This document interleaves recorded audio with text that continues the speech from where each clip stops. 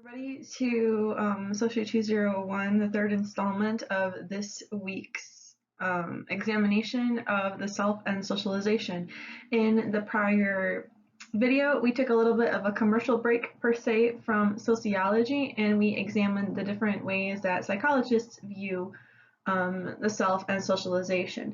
In particular, we examined the nature versus nurture kind of mindset, where is it your genes that determine who you are, or is it the environment that you are raised in?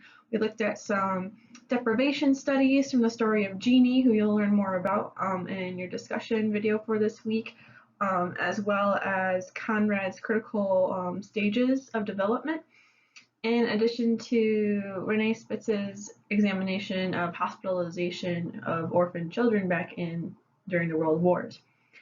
We then examined Harry Harlow's study that was unethical regarding monkeys, and how we can really see that nature versus nurture kind of become evident with how that monkey basically kind of just went over to the wire one for food and came right back to the clothed monkey for comfort.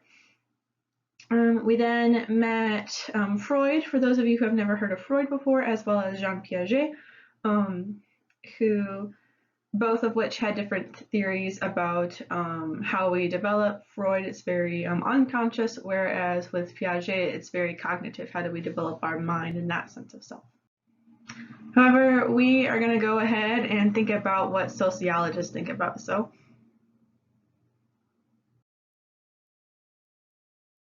we're just going to toss that away, and in this video we are going to be continuing on to our regular programming of sociology. So let's see what sociologists have to say about socialization and the self.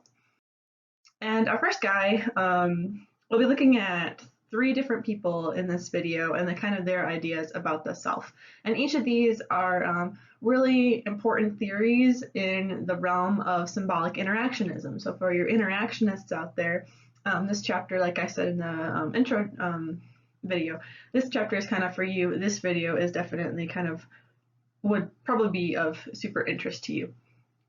So our first person is Charles Horton Cooley, CHC, and he has this idea what's called the looking glass self. For those of you who may not know, another word for looking glass is mirror. So basically it's the mirror self. His theory came out back in the early 1900s, and especially around the time, if you kind of think of Alice in Wonderland, Alice in the Looking Glass, kind of a similar experience happening there. So, and basically for Cooley, he's examining how you perceive yourself. So in this instance, when we're looking at the self in Cooley's eyes, his definition, remember how a couple weeks ago when we talked about the conceptual definition of things and how a conceptual definition may differ depending on whose work you're reading? Here's an example of that. So for self, in regards to Cooley's work, self is meaning how you perceive yourself. And his big thing with the looking glass self and with this theory is that the understanding of who we are is basically dependent on how we believe or think that how we're appearing to other people. So it can kind of get really confusing really quick, so I'm going to spend a couple minutes kind of describing it. You see here in this picture how this cat is looking into a mirror and he's seeing that he looks like a lion, right? Perhaps he believes that's the perception of himself that he has. So basically we have to kind of create a self-identity, and then we kind of see the reactions of other people, which we'll get into more in the next slide. And then we base the reactions that other people have of us, and that's kind of how we think of how we see ourselves. So if people laugh at your jokes, for instance, when you're telling them in the group or something like that, you'll perceive yourself to be funny, right? You're like, oh, I have a sense of humor. People like you because they're laughing along and maybe joking along with you. If you are talking to people and then like a lot of them just all of a sudden leave, you might get the perception that, oh man, I'm a terrible speaker, or I'm terrible with interaction, or people just absolutely hate me because that's how you think they're perceiving you. That's kind of what your perception is of other people. So it's kind of a metacognition kind of thing, because it's the perception of other people's perceptions, and you're using that perception to think about your own perception. But if that doesn't make any sense, that's okay. Just kind of understand how it's basically how we're thinking, we're appearing based on other people. And remember, this perception might be totally inaccurate. It could be that people are just laughing along with you because they just want to leave, but they think it's too rude to leave, so they're just going to laugh and joke around you, make you feel a little bit better, and then leave, and then maybe behind closed doors be like, man, that sucked. So it could be an incorrect perception. That's really key. So basically, how do we exactly kind of create this looking glass self, right? And basically what happens is that first you kind of have to imagine how you appear in some sort of social situation. So for instance, when I'm lecturing in person, I kind of imagine myself, doing my lectures, doing discussion questions and that kind of thing, trying to throw in a little bit of humor here and there to make things interesting, because lectures get kind of boring sometimes. And then what happens then, the next stage is that you imagine other people's judgments or evaluations of that appearance, right? So you're kind of thinking about how people are going to react if you do this, right? It's kind of similar to if you kind of think about football players, for instance. You kind of imagine yourself on the field, right? And if you're the quarterback, you're imagining where you're going to throw it, so that way you're a little bit more accurate. You're also imagining your teammates and their reactions to everything that's going on in the game, so that way you can kind of examine or know how you're being perceived from them, right? Because if you decide to go against the play, you kind of have to know how your teammates are going to react to that, right? If something goes wrong, if the other team kind of comes in front of you, right? So, and then the third stage is you're developing feelings about yourselves, and you're responding based on those perceived judgments, right? So for me, when I use humor in my classroom, if nobody laughs about it, I think I'm a terrible teacher, to be honest. Like if my students aren't engaging with me, if they look bored, I really perceive myself as not doing my job correctly, because I feel like I need to be interesting and try to have students understand this material and things like that. So I develop probably mostly inaccurate feelings about myself, because my student reviews say I'm an okay teacher, but in that moment I develop, in this instance perhaps, wrong perceptions about myself just because nobody's laughing. It could be everybody's having an off day, everybody's tired, and that kind of thing. Similarly, back to the football example, if you miss a pass and if you keep missing passes, you're probably going to feel like you're a terrible football player, and that you don't really maybe deserve to be on the team. But that might just be one game, right? So your perception of that game might be a little bit off. It could be you did a lot of good things during that game, made some really good passes, or you caught a lot of things, or you tackled somebody really good, but it's just based on how you're perceiving everything. And this is a really good way to, when you're dealing with people who have been abused in some way, shape, or form, because you can kind of see how their perception of themselves is warped due to that abuse. Just a little bit of a side note there. So that's basically Cooley. How do we perceive ourselves, and how are the steps that we take to get there? How do we understand what people are seeing and how we kind of react to that? Alrighty, so our next person is George Herbert Mead, and we're going to be examining his conception of the developmental self, which can kind of get a little bit confusing. Again, this is just a very theoretical based lecture this time around, which you guys haven't really had one since we introduced the three major theories: functionalism, conflict, and symbolic interactionism. And so my apologies for kind of being super duper theory, but maybe some of you really enjoy this, learning about people's new ideas and things like that. So a little bit about Mead was that he got his degree at Harvard, and then he actually taught at University of Michigan for quite some time with Charles Horton Cooley for a little bit, as well as some other really important key symbolic interactionists And Mead is kind of considered to be one of the fathers of symbolic interactionism just because of how much work he's done thinking about the different interactions that we have with people, which we'll see in a few seconds here. And he then moved on to the University of Chicago and kind of founded one of the schools over there. So that's really pretty cool to have that Midwestern connection, I think, just kind of thinking about the symbolic interactionism in itself. So with Mead can get very complicated very quickly because he is a theorist. So I won't go into too much detail, but we'll be first examining the stages of the self, and there are basically 3 of them. And the first one is called the preparatory stage, which I usually just call the prep stage because it's prepping you for yourself to emerge. That's basically what Mead is examining, is how does yourself kind of emerge through things. And this is basically the imitation stage. So you might have, and this happens when you're a kid, right? So you might have a kid just imitating or just following around their parents or guardians, just basically doing whatever it is that they're doing. If somebody is working on something with a hammer and banging a nail into something, the kid might be, banging, a block just to kind of imitate whatever it is they're doing. So that would be the preparatory stage. Just checking my notes here. So, and similar thing too, if they have siblings, they might try to imitate what the sibling is doing, even though they might not have the necessary motor skills to do that yet, just because of that's how their self is emerging. The second one is called the play stage, which is basically they're playing or pretending to be other people. So this is through a concept that's called role taking, which is where you're learning the meaning of roles, kind of similar to how an actor learns his character's part. Kids are kind of learning exactly how to be other people. You might have, as a kid, went around and played doctor to your family growing up. Even though you're not actually a doctor, you're just pretending to be one.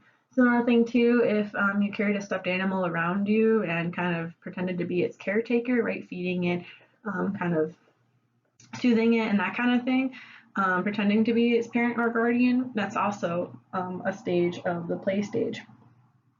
And you can realize here too that symbols become extremely important when the self is emerging. Remember, symbols are different gestures, languages, as well as physical objects that are important for a society for 2 or more people.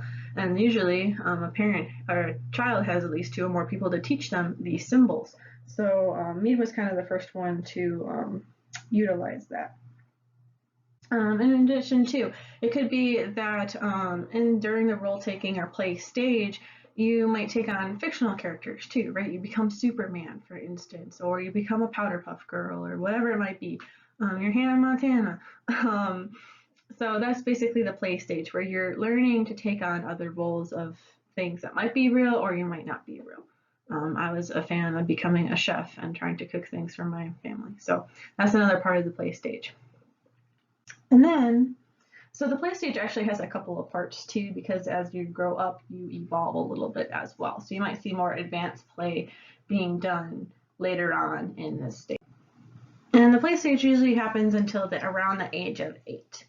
And then from there, you kind of evolve, so to speak, into what's known as the game stage.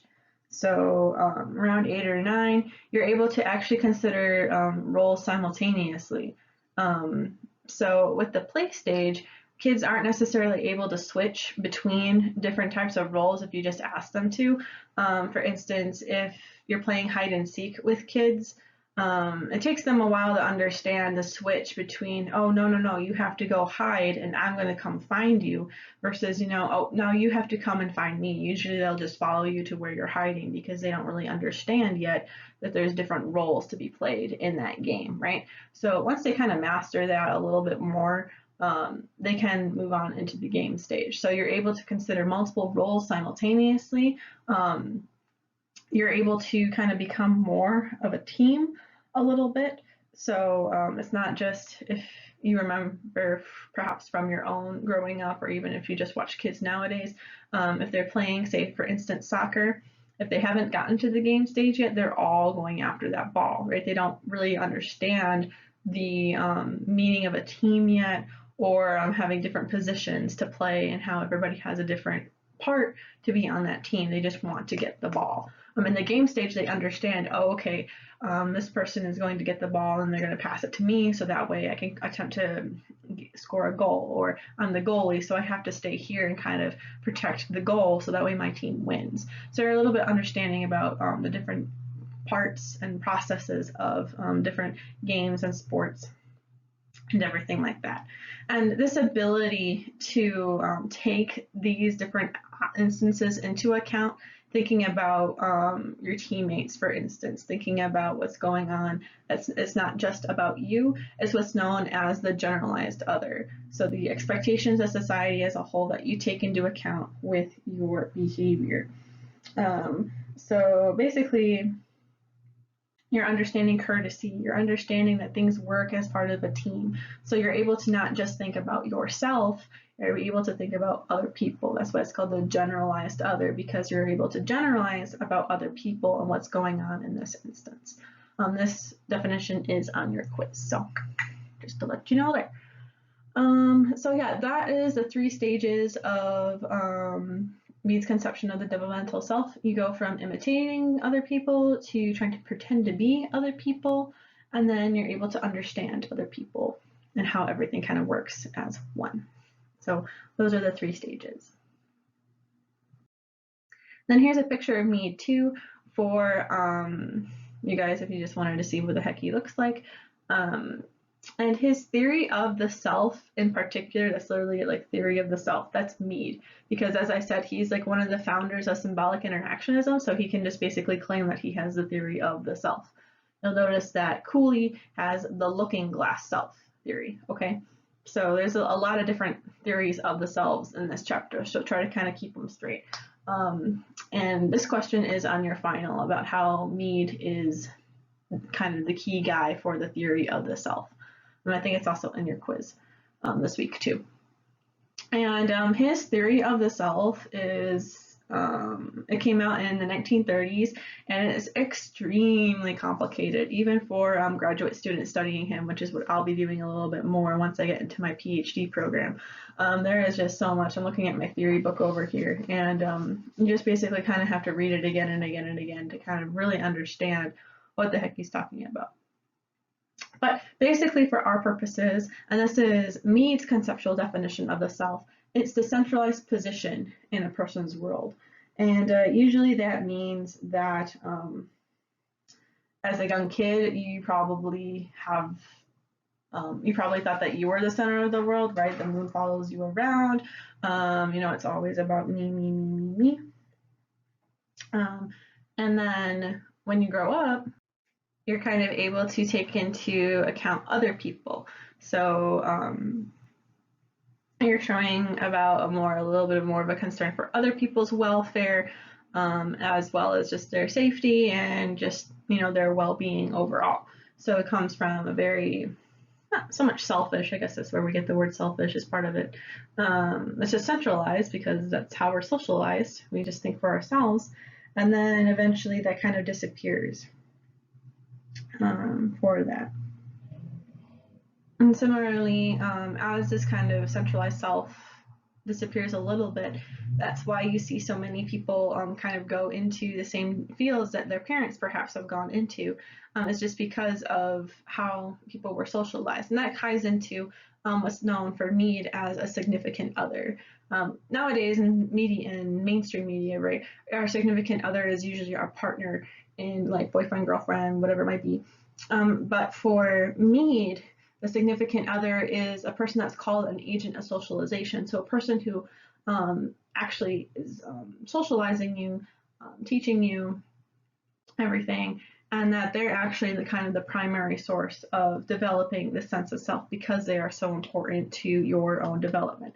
So kind of think about who you were around as a kid a lot of the time. Might have been your parents, might have been a babysitter, grandma, grandpa, who knows what might be. Those people are very key into kind of emerging as yourself. So, and we'll learn more about the agents of socialization in the next video. But that is Mead. Again, his stuff is super complicated. This is just not even the tip of the iceberg. I'm trying to keep it super simple for you guys. But if you ever wanted to learn more, his stuff is really cool and really interesting too. And then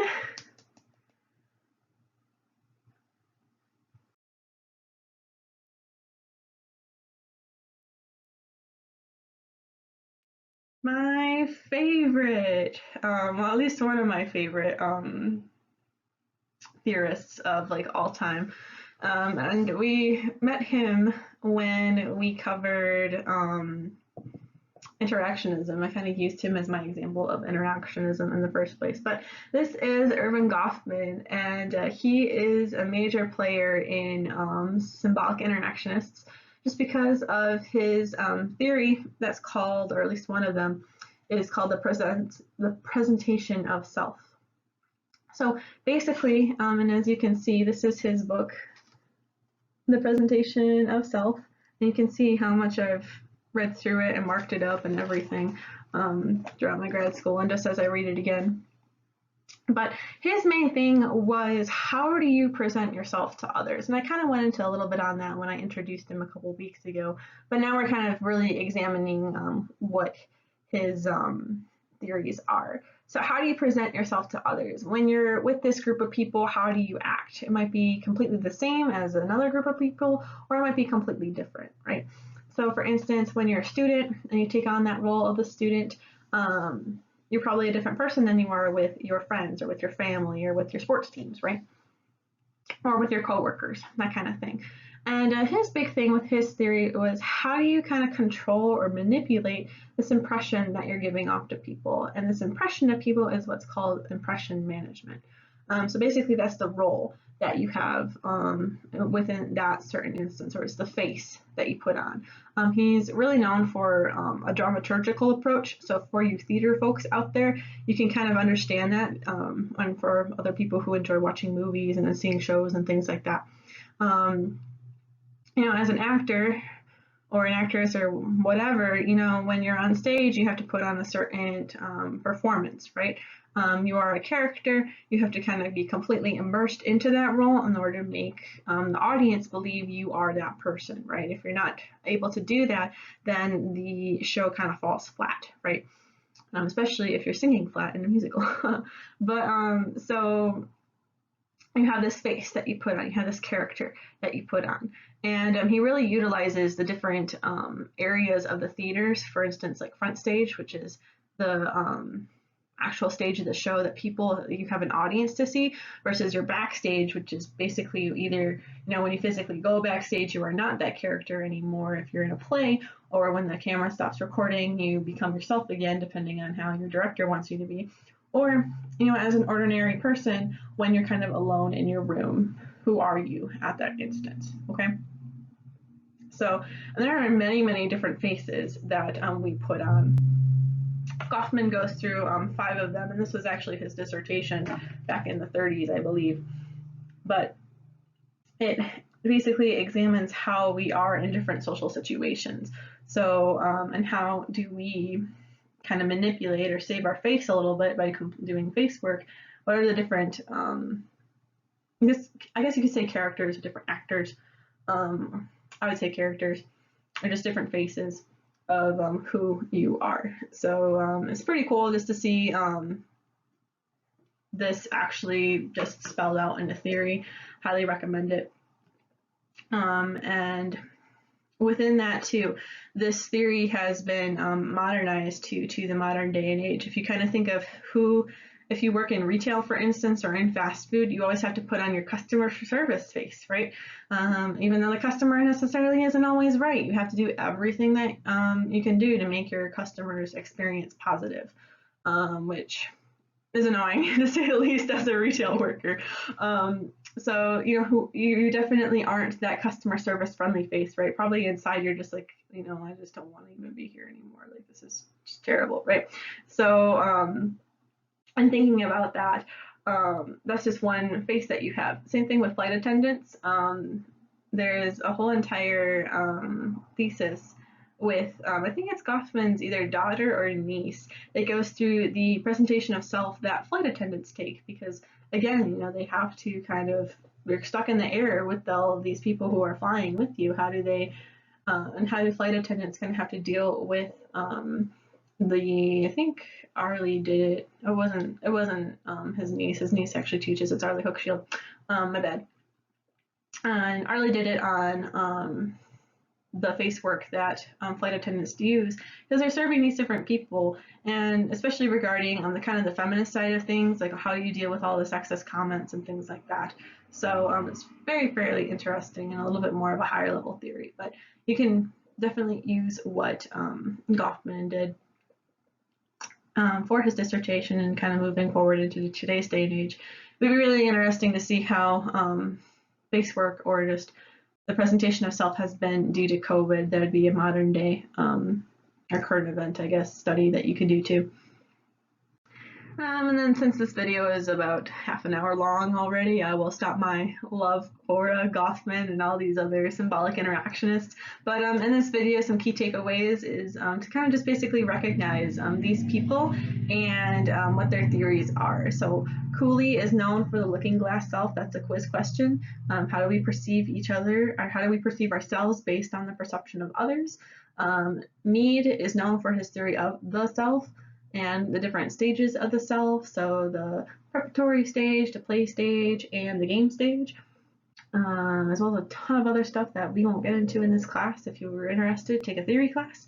And then we also examined Goffman, and how he's known for dramaturgy and the presentation of self, and how do we kind of manage the different impressions that we give off based on the people that we're with or the audiences. So in the next video, we'll be examining a little bit more of those agents of socialization that we talked about when examining the generalized other with Mead's terms. So I will see you then, and I hope you enjoyed this lecture.